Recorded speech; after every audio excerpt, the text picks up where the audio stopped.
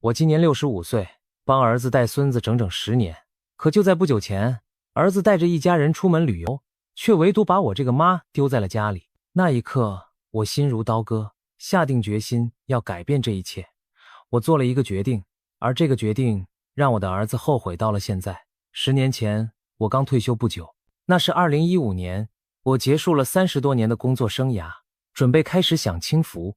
本以为终于可以歇一歇，和老姐妹们跳跳广场舞，出去旅游，过点自己的生活。但就在那一年，我的孙子出生了。孙子的到来让我欣喜不已。我只有这一个儿子，他又有了自己的孩子。作为奶奶，我由衷的高兴。儿子儿媳工作忙，月子一过就得回单位上班。他们开口希望我能去帮忙照看孩子。我也正闲着，想着小宝宝那么可爱，也是咱自个儿的孙子，怎么舍得拒绝？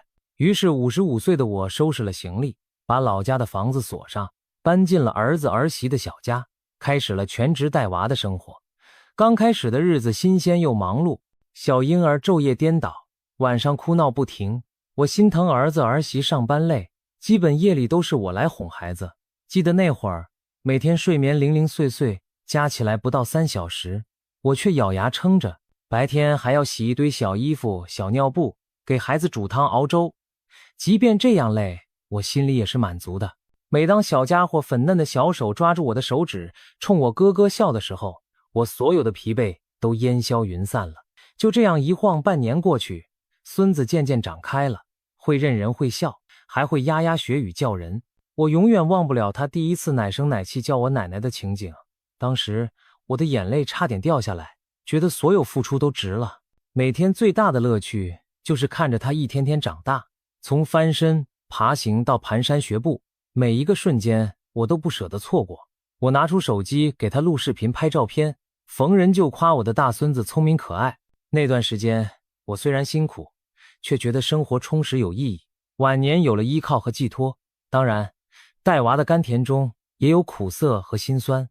有时候孩子生病发烧，烧到深夜，我抱着他来回踱步，额头贴着退烧贴，自己急得满头大汗，通宵不眠。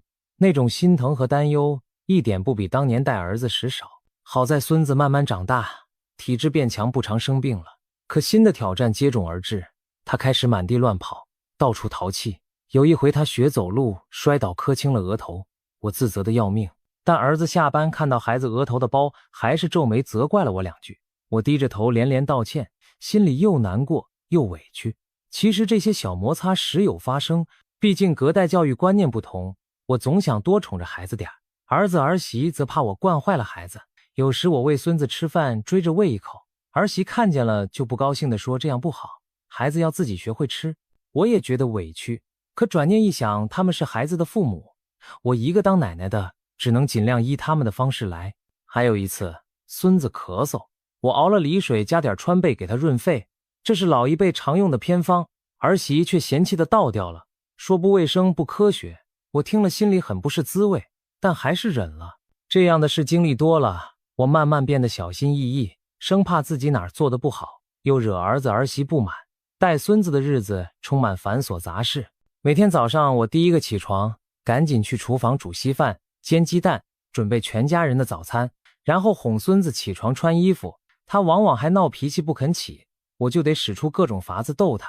好不容易把孩子送去幼儿园或者小学，我匆忙回家洗衣拖地，整理一家人的衣物屋子，下午还得掐着点再去学校门口等，接他回家，风雨无阻，从不敢有一点耽搁。孙子累了，在我自行车后座上睡着，我就小心扶着他慢慢骑，接回家后赶紧给他准备点心，辅导他写作业，陪他玩。一天到晚忙得团团转，几乎连坐下来喝杯茶的功夫都没有。有时候累得腰酸背痛，我也偷偷抹过眼泪。但每当看到孙子甜甜的睡着，或者一家人吃着我做的饭，我又觉得再苦再累也值。我总安慰自己，儿女工作忙，我还能动，多替他们分担一些也是应该的。况且孙子那么可爱，需要奶奶。我们那一代人传统观念深，讲究的就是家字，当妈的不帮儿女谁帮？含辛茹苦拉扯大儿子，不为了儿孙成家立业吗？现在他们需要我，我当然要撑起这个家，让小家能顺顺当当运转。我也曾盼着儿子儿媳能体谅我的辛苦，哪怕一句简单的“妈您歇会儿，我来”，可是这样的关心很少。有时候我忙了一天，晚上坐沙发上捶腰，儿子下班回来只是瞥一眼，说妈今天累了吧，然后就低头看手机去了。儿媳忙着哄孩子或做自己的事，也很少真让我休息。渐渐的，我发现儿子对我的关心远不如从前。我记得他小时候还会心疼妈妈，帮我捶背端茶，可如今长大成家了，他似乎理所当然地接受我为他们做的一切，却很少想过我的感受。尤其让我心寒的是，有一次我鼓起勇气和儿子提了件事。当时孙子上幼儿园，每月生活开支不小，我把自己微薄的退休金几乎都花在了家用和孙子的身上，可儿子儿媳一直没表示要给我补贴什么。我寻思着大家生活都不容易，但起码孩子吃穿用度他们该承担一些。我犹豫再三才张口，小声问，要不你们每个月给妈一点伙食费吧，哪怕几百块也行。结果儿子笑笑摆手，说咱们是一家人，不用跟我算这些，让我把退休金自己留着养老，不要这么见外。我当时尴尬的笑笑，不再吭声了，心想也许是我计较了，自己孩子能坑我谁坑我。可是后来每当翻看自己瘪下去的钱包，我就忍不住叹气，我每月那点退休金除了孙子的开销几乎所剩无几，有几回我连买点好点的保健品都舍不得。想着儿子一家开销也大，我便不忍再提，但内心的失落在慢慢滋长。转眼孙子到了上小学的年纪，这些年我一手带大孙子，他对我很亲，有什么事都喜欢找奶奶。说实话，我心里特别欣慰，觉得自己这些年的付出换来了孙子的依赖和爱。我常常想，等孩子再大点我就没那么辛苦了，到时候儿子儿媳也许会记起我的好，家里境况好转后能让我轻松一点。然而事实并没有我想象的那么美好。孙子上小学后反而开始有点嫌我烦了，他渐渐有自己的小伙伴和兴趣，回家就钻进房间玩游戏看动画片，不再像小时候那样黏着奶奶。我主动问他学校的事，他也是爱答不理。虽然孩子依然亲我，但是我预感到总有一天小家伙长大了会有自己的世界，而我这个整天围着他转的奶奶终究要退出主角位置。孩子会长大，这我能理解，可让我没想到的是，我在儿子儿媳眼中的地位似乎从来就不算主角。孙子稍微大一些，他们对我的依赖好像没那么强烈了。有时周末儿子会开车带妻儿出去公园玩，可从不主动喊上我一道。我有几次试探着问今天去哪玩呀，儿媳只是笑笑，说就在附近转转，让我在家歇着吧。我心里酸酸的，却也不好厚着脸皮非要跟去，只能摆摆手目送他们出门。屋里一下子安静下来，只剩我一人收拾着散落的玩具。那种被忽视的感觉让我心里很不是滋味。我知道年轻人有自己的小家庭生活，可我也是这个家的一员，不是吗？10年如一日的付出，到头来却换来您在家歇着吧，仿佛我成了多余的人。我心里开始有些失落，但又安慰自己，也许他们是一番好意，怕我跟着出去累着。但说实话，我又何尝不明白，有时候他们是嫌老人行动慢，或者嫌我唠叨，带着我玩反而不自在。慢慢的，我常常独自坐在窗前发呆，看着镜子里两鬓斑白、面容憔悴的自己，我不禁在想，难道我的晚年就这么过去了吗？除了带孩子、做家务，我好像没有了自己的生活。我甚至和过去的老同事、朋友都很少联系了，因为每天忙得见不着人影。偶尔有邻居阿姨来敲门喊我出去散步，我也推辞不开才出去一小会，但心里总记挂着家里，怕孩子突然要找奶奶。我就这样把全部精力都放在儿孙身上，哪怕身心疲惫，也不敢有半句怨言。然而我的默默付出并没有让儿子更加珍惜，反而让他习以为常。直到那件事情发生，我才彻底醒悟，那是一件彻底击碎我心的事。我被儿子一家丢下了。事情发生在今年年初，孙子10岁了，念4年级，学习也渐渐忙碌起来。寒假到了，儿子儿媳计划带孩子出去旅游放松一下。我是后来才知道他们有这个计划的。记得有天我无意中看见儿媳手机上弹出一条订票信息，好像是几张飞机票。当时我还纳闷，谁要坐飞机？仔细一想，可能是他们筹划假期出游。我心里隐隐有种预感，但没敢问。直到有一次吃晚饭，孙子兴奋地对我说漏了嘴，说他们要去旅游，爸爸说要带他去海边玩。孩子话音刚落，餐桌上一下静了。我放下筷子，努力保持平静地问：是吗？什么时候的事啊？怎么奶奶都没听说呢？儿子有点不自然地咳嗽一声，支吾着说还在考虑，可能下个月吧。正好孩子放假，我又问他们准备去哪，机票订好了吗？儿子见瞒不住，只好坦白说打算带妻子孩子去海南三亚玩1周。听到这里，我心里咯噔一下，但我还是抱着一丝希望，小心翼翼地问：那我呢？要我提前准备什么吗？其实这话近似在求他们带上我，我甚至已经在想，是不是得去买件泳衣或遮阳帽什么的。然而儿子脸上的神情，我心一下子凉了半截。他看向我，欲言又止，最终只挤出一句，低声说这次可能就不方便带我去了，仿佛一道晴天霹雳劈下来。我怔住了，半晌才找音，问为什么。我说自己年纪是大了点儿，可我身子骨还行，去哪不是一样照顾孩子。我努力让自己语气轻松些，挤出一丝笑意。但儿媳这时赶紧解释，说他们觉得我平时太辛苦，旅游又折腾，怕我舟车劳顿吃不消，所以才没让我跟去，都是为了我好。我鼻子发酸，一句话也说不出来。儿子见状，赶忙安慰我别生气，他还解释说这次本来就是他们自己小家庭出去，下回有机会再陪我一起去，而且家里需要有人照看，他们这1周不在，总得有人看着房子和金鱼，就让我帮忙照看一下家，顺便清清静静休息几天。我强忍着泪水点点头，说我明白了，让他们安心去吧。饭桌上一时间陷入沉默，谁也没再说话。我心如死灰地收拾碗筷，手都有些抖。孙子大概感觉到奶奶不开心，他拉拉我的衣角，问我怎么了，还央求我一起去。他天真地说想跟奶奶一起捡贝壳。我再也忍不住，蹲下抱紧孙子，眼泪夺眶而出，哽咽着安慰他说奶奶不去了，会在家等他回来，好不好？孙子稚嫩的点点头，却不懂大人间复杂的心情。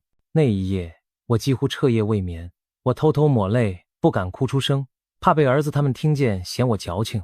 我觉得自己的心像被狠狠扎了一刀，痛得无法呼吸。10年的无怨无悔换来什么？换来他们一家出游把我丢下，以前那些不被重视的委屈，在此刻全部翻涌上心头。我第一次对儿子生出了怨怼之情。我躺在黑暗中辗转反侧，眼泪湿透了枕头，心里冒出无数念头。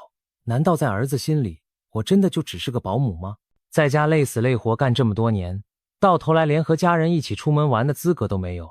我反思，是不是正因为我一直无条件付出，他们才觉得一切都理所当然。如果说以前那些冷落我还可以忍，这一次我实在忍不下去了。人心都是肉长的，我不相信儿子真是存心要伤我，可他的所作所为又实实在在地刺痛了我的心。我想起坊间常说的那句话，养儿防老，可如今现实却像一记耳光。我辛苦养大儿子，又帮他养孙子，结果老了却没能防住寂寞和心酸。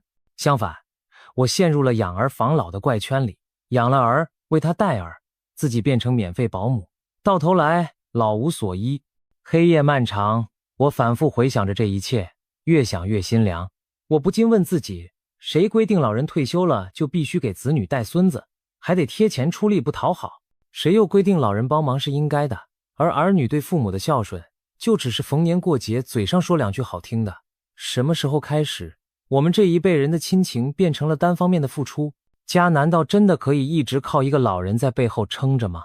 我不敢再往下想，因为答案太让人寒心。那晚我想了很多很多，想到了这些年和我有相似遭遇的千千万万老人。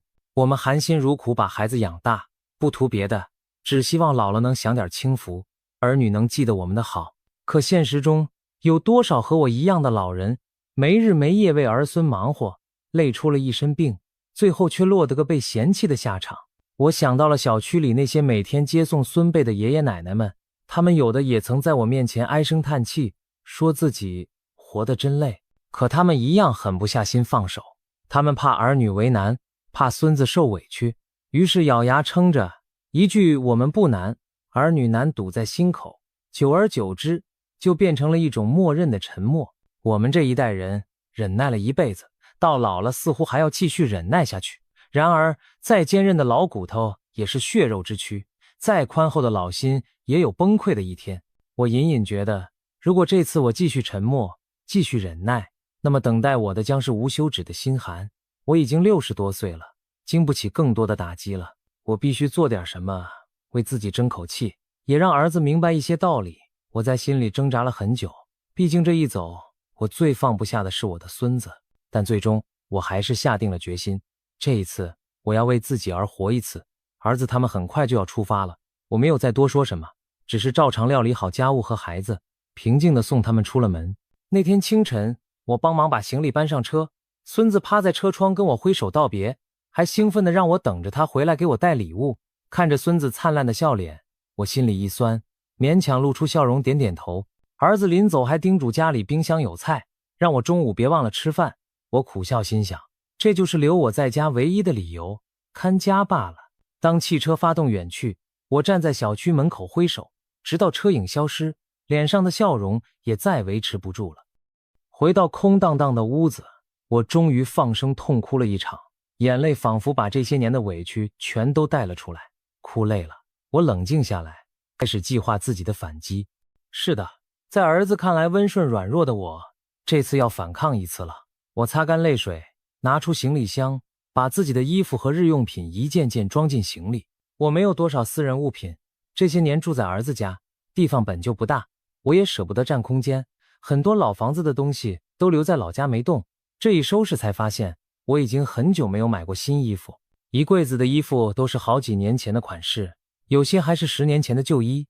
我苦笑着摇摇头，这些年忙孩子，连逛街买衣服都顾不上，更别提打扮自己了。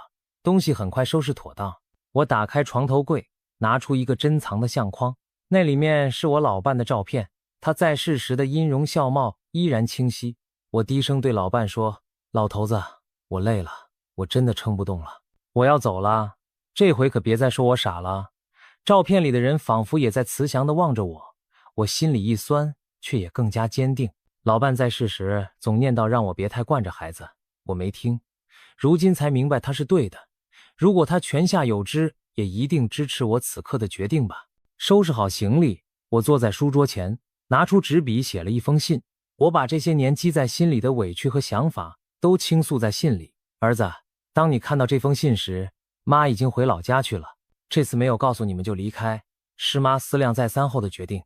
妈知道这些年你和媳妇工作压力大，家里事情也多，所以尽心尽力帮你们照顾孩子，从没有一句怨言。10年来，妈舍不得吃穿，把退休金都贴补这个家，只求你们小家庭能过得好，孙子能健康长大，妈自认问心无愧。然而，这些年累积在妈心里的苦和累，你们真的明白吗？你们也许觉得妈是长辈，为你们做这些是应该的，可妈也是人，也有累得撑不住的时候，也有想听一句安慰，想被人在乎的时候。这次你们出去旅游，把妈一个人留在家里，说实话，妈心寒了。妈不想再自欺欺人，也不愿再当那个默默付出却不被重视的人。妈走了，以后孙子你们自己照顾吧。妈相信你们有能力平衡好工作和家庭，也应该学着自己担起这份责任。不要怪妈狠心，这10年妈真的太累了，身累，心也累。妈年纪大了，经不起再多的折腾。如果再这样下去，恐怕有一天妈真的会倒下，到那时候你们后悔也来不及了。小时候我拉着你一步步长大，如今我老了，本该是你扶持我走完余生的时候，但很遗憾，我们好像走偏了路。妈希望这次我的离开能让你冷静想一想，真正的家人应该彼此照顾，彼此尊重，而不是让一个老人在背后无条件付出。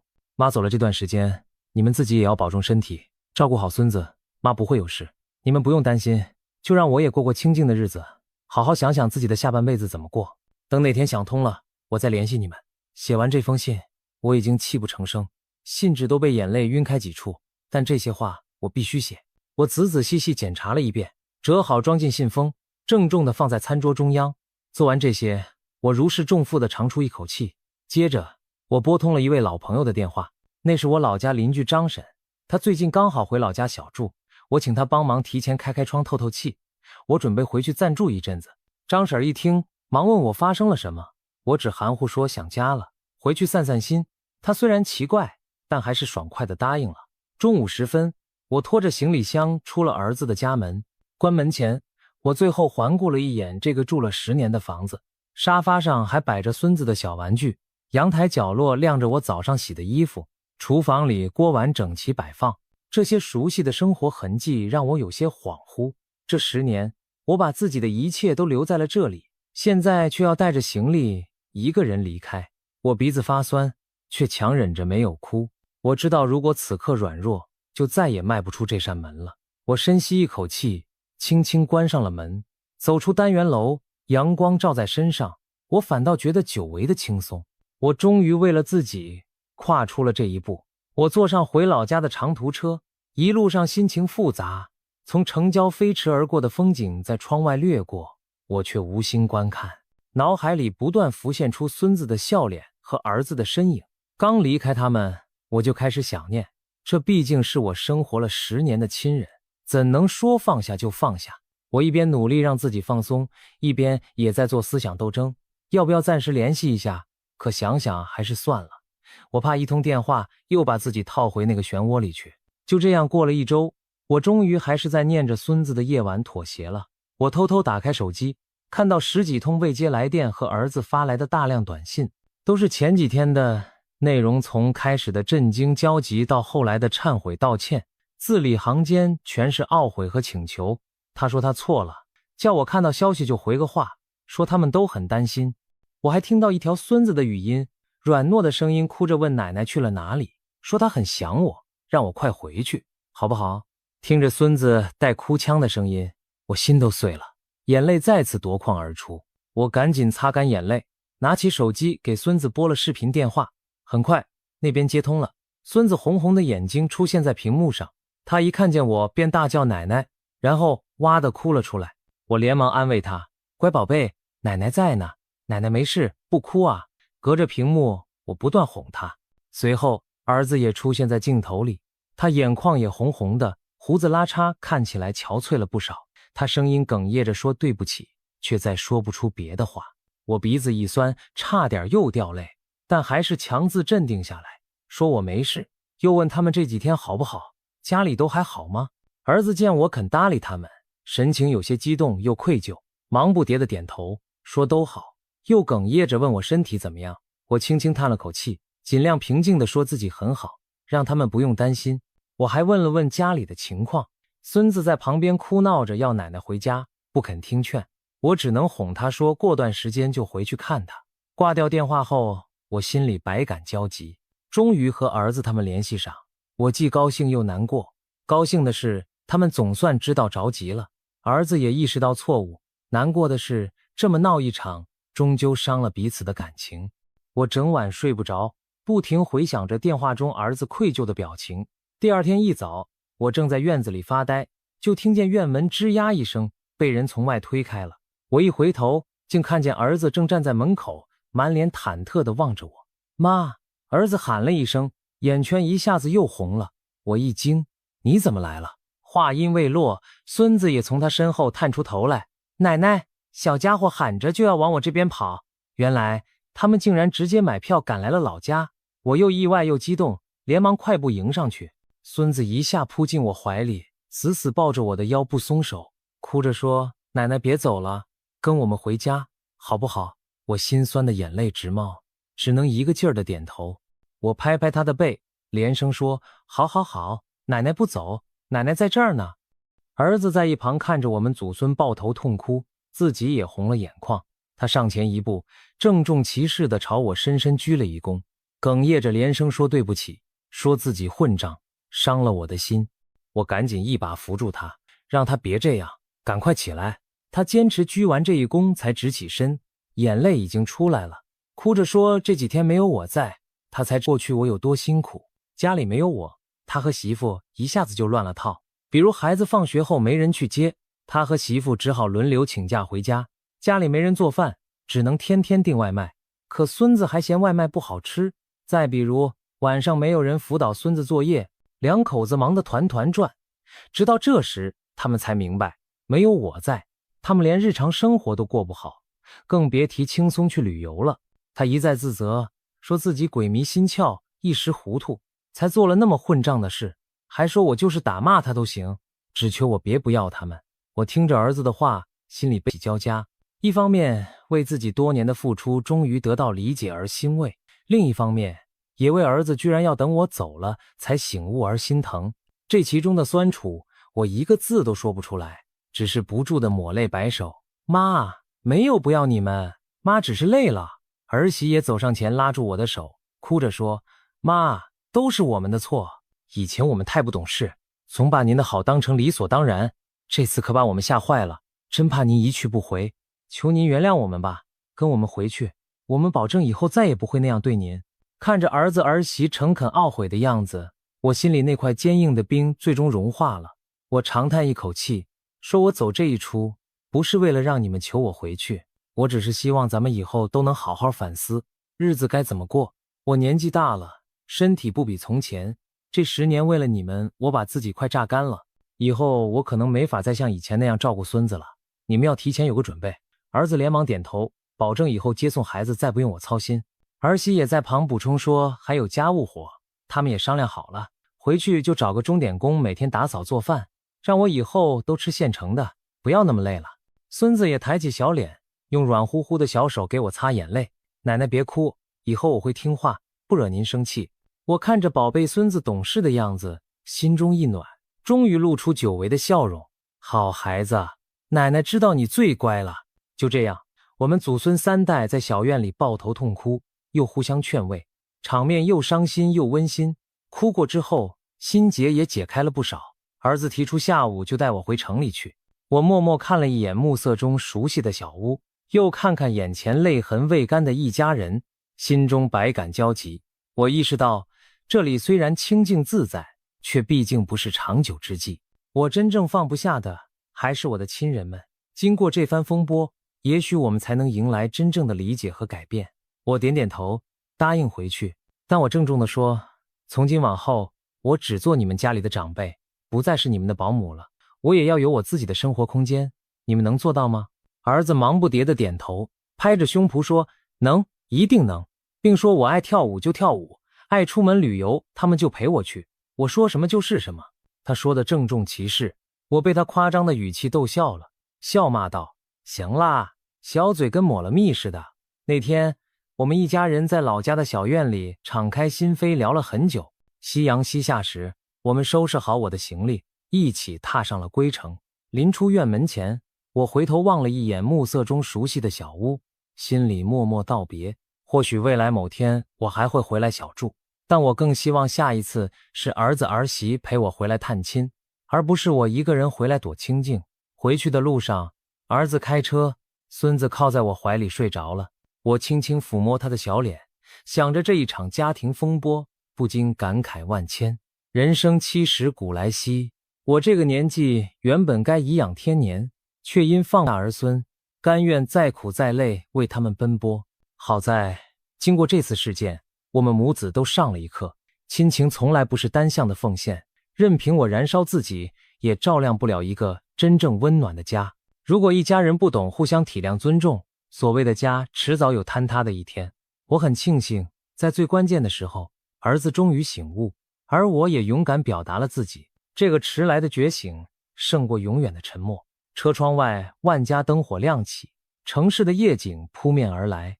我看着熟悉的街道，心中涌起一阵他的暖意。儿子放慢车速，回头对我露出一个久违的笑脸，妈，我们到家了。那一刻，我眼眶又有点热，久违的家的感觉。后来，儿子果然信守了承诺，他安排好了孙子的校车和托管班，再不用我风里来雨里去地接送，家里请了钟点工，我也可以轻松许多。最让我高兴的是，儿子儿媳开始主动关心我的生活。儿子每晚下班都会陪我和孙子说说话，散散步，周末也会建议全家一起出去走走，而不是再把我撇下。前阵子我在公园重新加入了老年合唱队，每周排练2次，儿媳还特意给我买了新衣服，说让我在朋友们面前体体面面。我逢人就夸儿媳懂事了。还有孙子，现在每天睡前都要给奶奶一个大大的拥抱才肯上床，他生怕我哪天又不见了，比以前更黏我了。我心里明白，这孩子小小年纪也受了惊，以后我要给他更多安全感。就这样，我们一家人的日子逐渐回到了正轨，又和睦又温馨。儿子有时候还懊恼不已，说一想起当初干的混事就夜里睡不着。我总是笑着劝他别再耿耿于怀。我跟他说，过去的就过去了，只要你们真知道错并改了就好。我不指望别的，只求咱们一家平平安安、和和气气的过日子，比什么都强。儿子听完一个劲儿的点头，保证以后一定加倍孝顺，再不会让我伤心。看着他发誓的样子，我欣慰地笑了。我相信他真的长大了，经历这件事后，他懂得了感恩和责任，而我也学会了适时放手，让他承担起为人子、为人父的责任。我们彼此都成长了。这场风波说是苦涩，却也收获了意外的甜蜜。有朋友问我后不后悔当初那么决绝离家出走，我坦率地回答，不后悔。如果没有我当时的冲动，也许今天我们还和过去一样，表面平静，我暗暗伤心，他们浑然不觉。这一次的离开，反而让我们都重新审视了亲情和家庭的意义。我很庆幸自己鼓起勇气做出了改变，更庆幸我的儿子及时醒悟，没有让亲情彻底冷却。如今，我时常能享受一些属于自己的闲暇时光，也开始计划着真正属于我自己的旅行。我对儿子开玩笑说，下次我要自己出去潇洒，让他们也体会当留守看家人的滋味。儿子听了赶紧表示愿意陪我一起去，大家笑成一团。在欢笑声中，我深深体会到了一种释然和满足。故事讲到这里也差不多结束了。也许有人会觉得惊讶，一个65岁的老太太竟然会离家出走，跟儿子闹这么一出。但我想说，每个默默奉献的父母心中都有一颗渴望被理解、被尊重的心。当亲情失衡到一定程度，他们也会爆发。我很幸运，最后迎来了一个圆满的结局。我的儿子痛改前非，我们一家人更加紧密地团结在了一起。我希望我的经历能给更多家庭提个醒，父母的爱不是无止境的义务，子女的孝顺也绝不该等到失去了才追悔莫及，因为爱需要珍惜，更需要相互回应。现在坐在明亮温暖的客厅里，看着孙子在我身边写作业，儿子在厨房忙着做他新学的一道菜，我的心里充满了踏实和幸福。历经风雨，我们一家终于找回了平衡和温情。我相信未来的日子会越来越好。那个伤心绝望的我已经过去，如今取而代之的是重新找回自我，享受天伦之乐的我。人生下半场，我不会再委曲求全，而我的孩子们也学会了心疼父母，这何尝不是另一种圆满呢？回想起不久前的那个决定，我依然觉得庆幸和释怀。有时候，爱自己也是爱的体现。我用了10年时间明白这个道理，还不算太晚。愿每一个默默付出的父母都能被温柔以待，愿我们的家庭都能少一些误解，多一份理解与尊重。故事的结局没有轰轰烈烈的惊喜，只有平淡生活中流露出的温情。这份温情来之不易，弥足珍贵。